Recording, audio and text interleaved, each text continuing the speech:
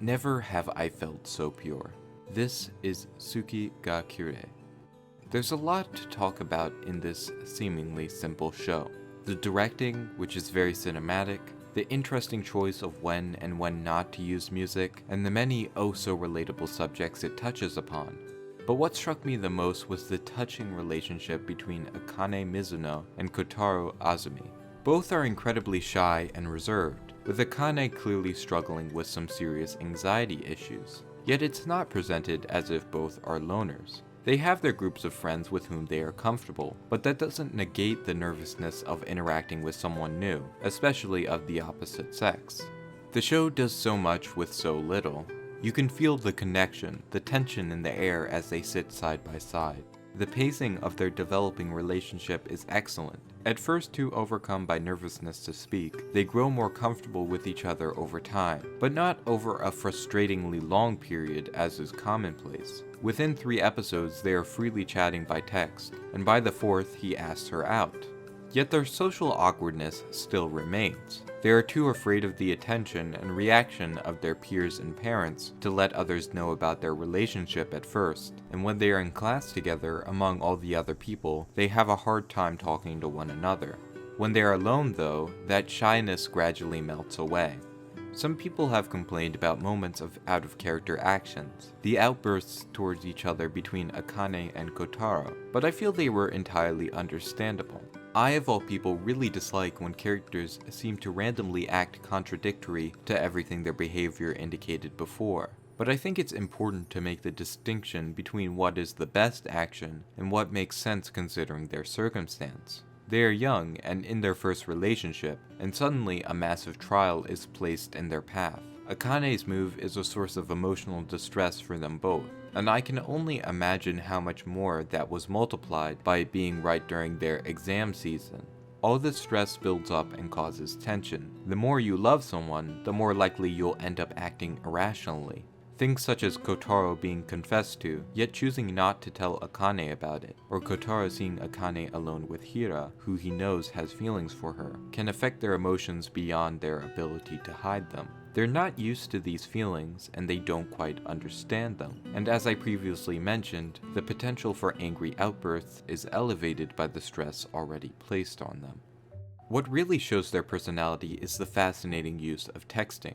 Never before have I seen texting used in such a smart and prevalent manner to convey a relationship. Every message is bursting with personality, and as they grow closer, you can see the fading shyness in real life and the building romance in their texts. With the pressure of direct personal interaction stripped away, they can express themselves to each other fully. We see their sense of humor and strong love and care for each other, and without it playing as major a role as it did, I am doubtful that the sincerity of the romance would be nearly as convincing. In the modern day, more and more teachers and young adults struggle to interact. The internet and texting has become a lot of people's primary source of social interaction, and though it is often looked upon with disdain, and somewhat understandably so, considering there are certain nuances to interaction in real life that I do not think could ever be fully replicated digitally, it plays a vital role in maintaining relationships and does provide those who struggle to talk with others solace.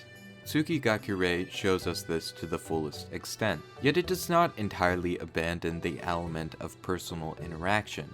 Our main two still desire to be together when they can, even if they are shy, nervous, or soft-spoken the whole while. When Akane mentions she is moving away in text, Kotaro calls and then later meets with her in person. It is such an important revelation that could potentially affect their relationship drastically that he could not discuss it just through text.